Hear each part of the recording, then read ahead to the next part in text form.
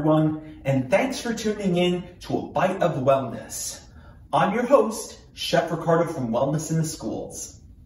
For today's episode, we'll conclude with part 3 of our conversation on the immune system. So let's recap some of the things we spoke about, namely how important immunity is to our health. I spoke about the immune system as a little army inside of us that works to keep us healthy. Our immune system requires a variety of vitamins and minerals as the fuel to get what it needs to keep our bodies healthy. Eating a rainbow of fiber-rich foods like fruits, vegetables, along with 100% whole grains are a fantastic way to support immunity. In addition, it helps to directly feed the good bacteria in our microbiome. That's the collection of germs that live in our digestive system. The more good bacteria in our guts, the less space there is for bad bacteria. Remember that some foods can weaken our immune systems too.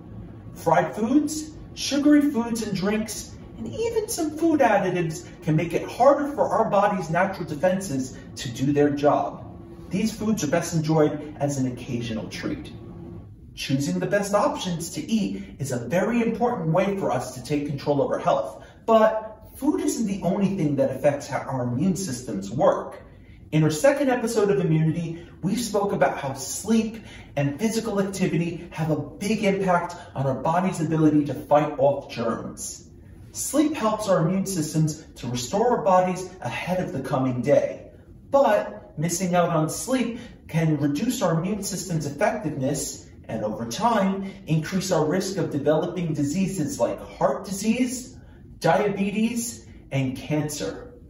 It's important for adults to get 7 to 8 hours of sleep, while children should get 9 to 10 hours of sleep every night.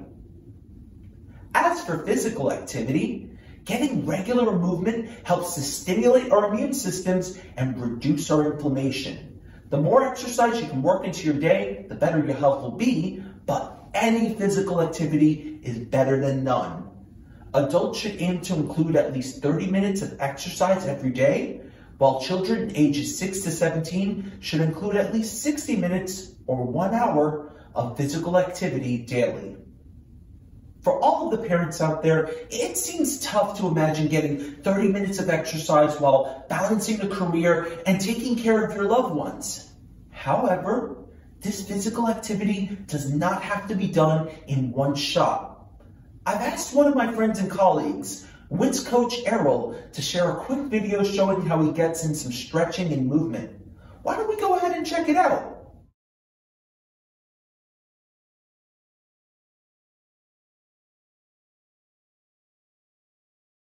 Hi, I'm your WITS coach Errol from Wellness in the Schools. We're going to focus on stretching our muscles in our bodies and moving our joints. Okay? So there are 2 types of stretches. We have the static stretch, which involves holding our position for a few seconds. A dynamic stretch, which involves stretching by moving our joints and our muscles. First, we're going to move through a set of static stretches together. Okay, so make sure that you have a clear, safe space around you, all right, and that you're not going to hit any objects at home or in a school building. Okay, all right, I will show you and then you will follow. Are we ready?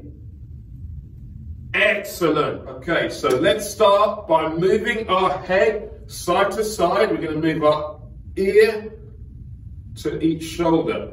If you're finding it tight in the neck, all right, you can change that by putting your hand on the side of your head, pushing into the hand,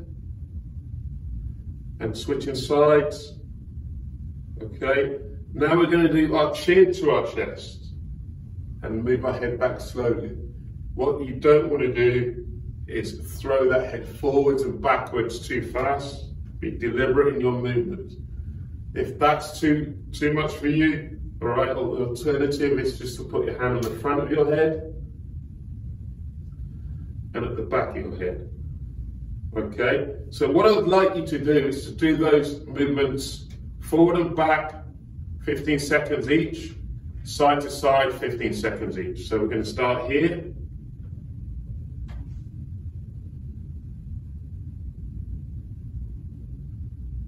Remember, you can go ear to ear if you like.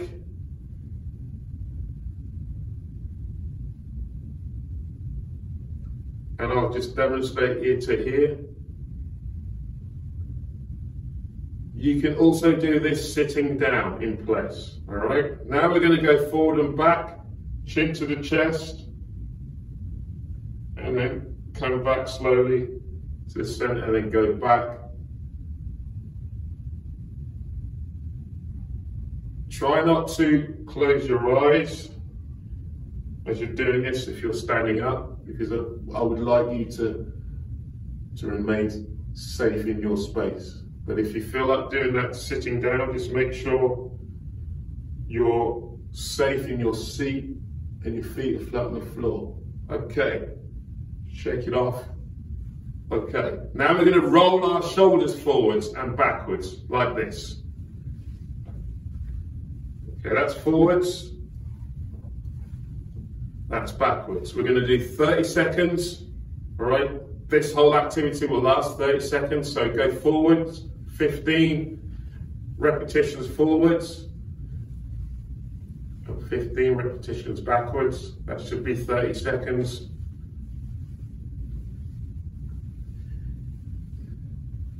Nice. Really be deliberate with the movement. Get a good stretch on if you've been sat at your computer all day. This is great to readjust the posture in your seat, thrusting those shoulders backwards, opening that chest. Nice. Now we're going to stretch our arms straight up to the sky, or the ceiling if you're at home or in a school building. That's it. And now we're going to be safe and go onto our toes.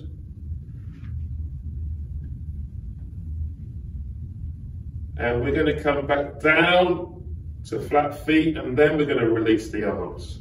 We're going to shake them off. Then you're going to bring one arm across the chest, and then you can secure it with the other arm behind the elbow and look over the opposite shoulder. Remember to breathe. It's very easy to stop breathing, holding your breath while you're doing an exercise. And you're going to release that arm and release slowly across the chest here. And then we're going to do the same on the opposite side. That's it. Get a good stretch in. Get used to this kind of routine, especially if you sat down for 4 or 5 hours a day at school, doing your school work, remaining really focused, right? It's really important that you understand how to stretch off that body. Right, you're going to reach to the side. Imagine you're pushing the wall away. That's it. And then you're going to bring those arms to the front and push that wall away again. All right. Try and keep that body upright and nice and straight. Stay focused. Have a point of reference in front of you so that you stay balanced and stable. Go back out to the sides. That's it. And if you really want to stretch those arms, move them to the back, grab hold of your hands, and try and raise your shoulders and stretch. Open that chest and stretch out. Okay, shake those arms off. Great job, everybody. Great job. Now we're going to stand with our legs shoulder width apart. I'm going to put my hands on my hips, and I'm going to rotate my waist. What I want you to do is just really exaggerate the movement so that you get to the extreme limits of the circle, the outer edges, and feel that in the hips. You're going to do that 3 to 5 times one way. If it's too tight somewhere and you're feeling a little pull, please stop doing it. It shouldn't hurt. And when we get back here, we're going to readjust and go back the other way. If you notice that my feet haven't moved, they're in the same spot.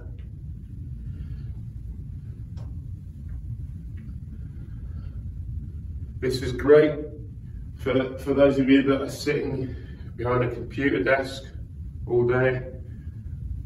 Really get those hips moving before you sit yourself back down.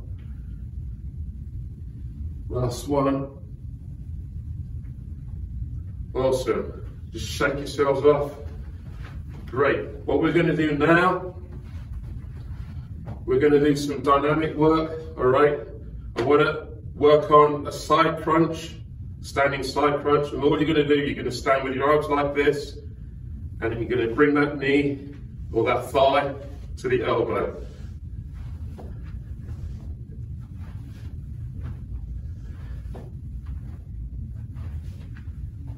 Remember, it's not a race. Just try and hit that elbow. If you can't hit that elbow, get as high as you can. I'm not bringing my elbow down to my thigh. I'm bringing my thigh to my elbow. I feel that in my butt, in my hips. Okay. It's a good way to release some tension there. Last two. Awesome. So, anybody tell me what muscle this is at the front of our legs and our thighs? It's the quadricep. It's a quad muscle. Okay, so we're going to stretch that right now. I'm turning sideways so that you can see I'm holding onto the wall. I'm going to grab the lacy part of my sneaker, pull my hip to my butt. I'm going to try and keep this knee as close to the other knee as possible. All right? If you want to try that without holding onto a wall, just put your hand on the opposite side of the head with the hands free. And this, believe it or not, works. Your balance should be there. It should be centered. It should feel comfortable. And then you're going to release that slowly, shake it off, grab the other leg, the lacy part of the sneaker, bringing the heel over my sneaker to my butt, my hand to the side of the head, and I'm trying to stay upright. And I usually don't have good balance, but this always helps me for some bizarre reason. So whatever you can do to keep your balance and stretch these muscles, you should try. Shake it off. Thank you, Coach Errol. Getting in a few minutes of stretching like you just viewed definitely counts towards your physical activity for the day.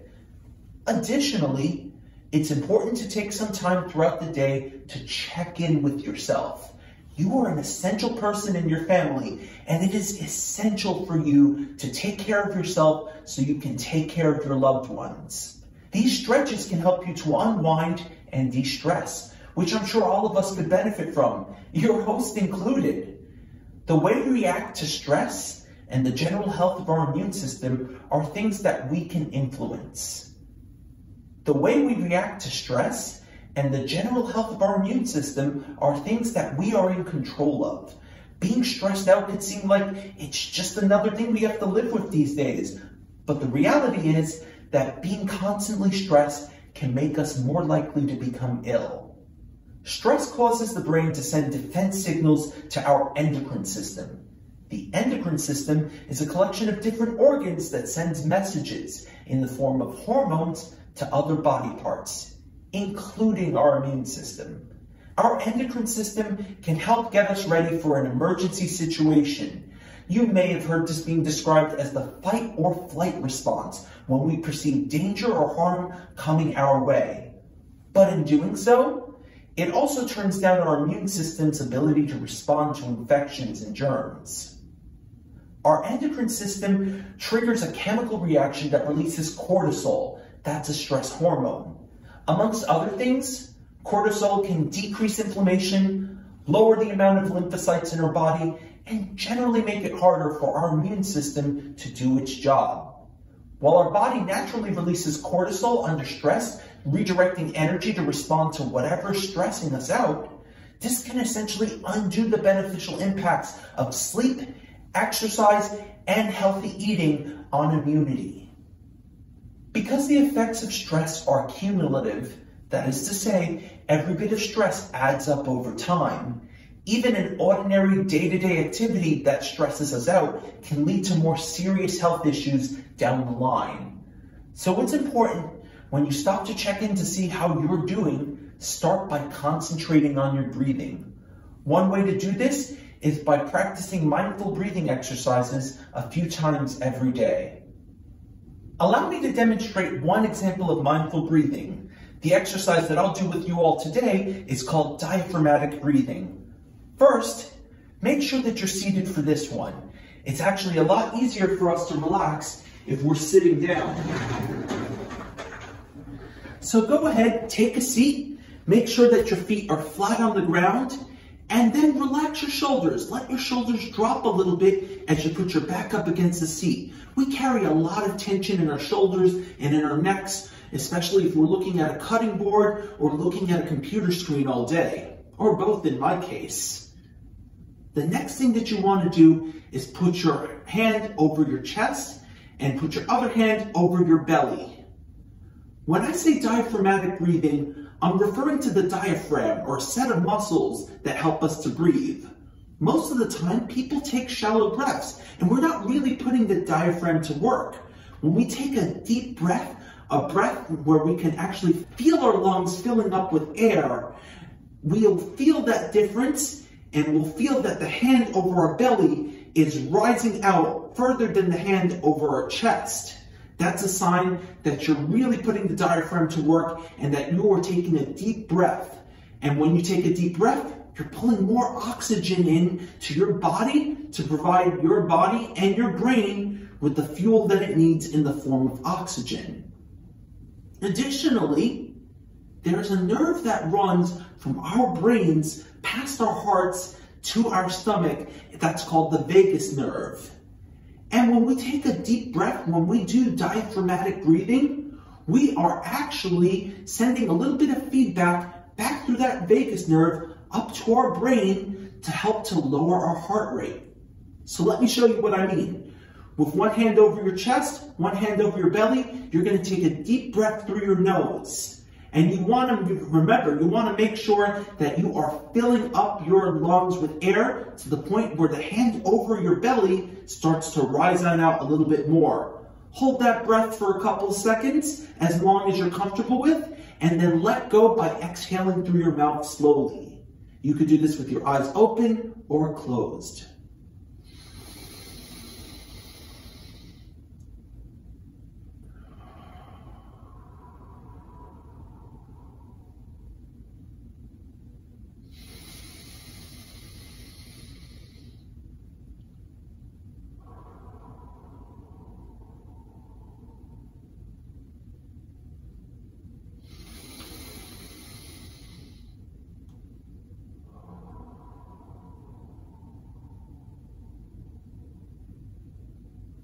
And that's all there is to it. I already feel a little more comfortable already. That's one example of mindful breathing. In trying to balance all of the elements of maintaining your health and wellness throughout the day, do you find yourself getting stressed out? One of the ways that I like to cut back on stress is to get in a healthy snack. So let's check out Chef Wally as she shows us her favorite snack, Kale Chips. Hi guys, this is Healthy Chef Wally from Wellness in the Schools. Who likes kale? I know some of you are looking around, but I'm going to teach you a way that they're delicious. So, kale has a lot of good things for us. It has a good fiber, which is good for our bellies. It has vitamin A, which is good for our eyes. Vitamin K, which is really good for our bones. And vitamin C for our whole body, because we need good and strong immune systems. So, I'm going to teach you guys how to make these kale chips. You're going to grab some kale. So kale has this fibrous stem. We're gonna just rip it around a little bit by a little bit. You're gonna grab it and keep ripping. You also have an adult around you, just to make everything safe, and set your oven to 350 degrees. Then, when you have all your kale ready, this is gonna be a fun way to do it. You're gonna add your kale into a bag. You're gonna crack some salt in here, some pepper, and then we're gonna add some olive oil, and then we're gonna close up the Ziploc bag, and we're gonna shake, shake, shake, shake, shake, and then you're gonna grab a tray. I added some parchment paper, you could add some foil to it. And then you're gonna grab the kale, and then you're gonna place it on your pan. Spread it out evenly because you don't want it to sog. You want it to get crispy. So you're gonna add it into the oven for about 15 to 20 minutes, depending on your oven. I already did mine. And look how crispy and delicious these are. You can grab it, you hear that? That's the sound of crunchy kale. Thank you, Chef Wally. Now for another stress-relieving kitchen hack, let's tune into Chef Kate as she shows us how she reuses kitchen scraps from her meal. I'm Chef Kate with Wellness in the Schools, and today I'm going to be offering you a quick Thanksgiving hack, what to do with all of your leftovers. I've been saving all of the things I've been chopping and putting them in a Ziploc bag. So I've got little pieces of onions, I've got some parsley ends, I've got some pieces of carrots, really any vegetable you want. And I put them all in this pot.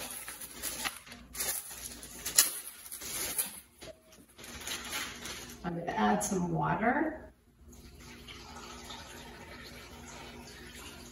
And I'm going to cook it for about 30 minutes, and I'm going to get a beautiful vegetable stock. And I can use that to make my stuffing. I can use it as the base for a soup. And if you have any leftover ham bones or turkey bones, you can put that in there and you can make another broth. And again, that would be a great base for a soup or a stuffing or anything. You can freeze it if you don't use it all. And I'm going to use mine when I make my bread stuffing for my turkey. Happy holidays. Thank you, Chef Kate. That was a helpful kitchen hack that could be used at any time of the year. So we've spoken about immunity and how we can better provide our bodies with the raw materials and some activities that keep our immune systems happy and strong.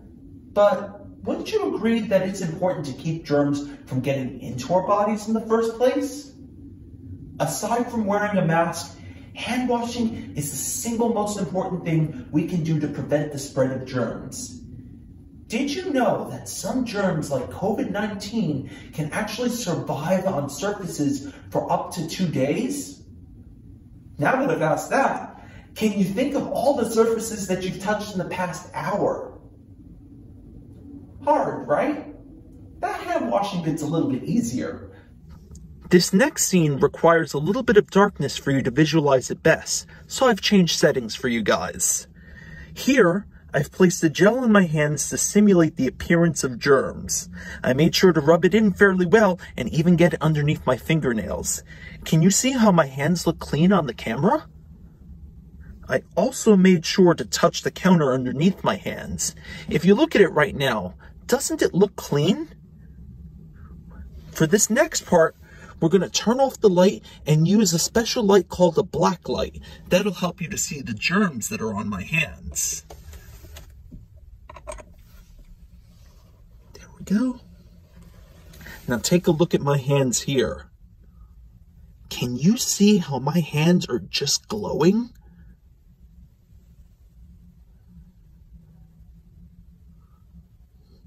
And if we look at the counter underneath us, if you look at the counter here, can you see how parts of the counter are also glowing too? This shows that the germs have jumped from my hands onto the counter. This is how you can show how soap works to remove germs from our hands. Here, I have a bowl of water in front of me. I'm going to add some ground black pepper to the bowl. In this example, The black pepper represents germs. Now, if I stick my finger into the bowl, what you'll see is that some of the black pepper is going to stick onto my fingers. It's a little easier to see under the light. The germs have gotten onto my hands. But what happens if I add a drop or two of soap to my finger before placing that into the bowl? I'll do that right over here. Put on your thinking caps while I get the soap on and take a guess. What do you think is going to happen to all of the black pepper in the bowl? If I put my finger into the bowl, do you see how all the pepper gets pushed away?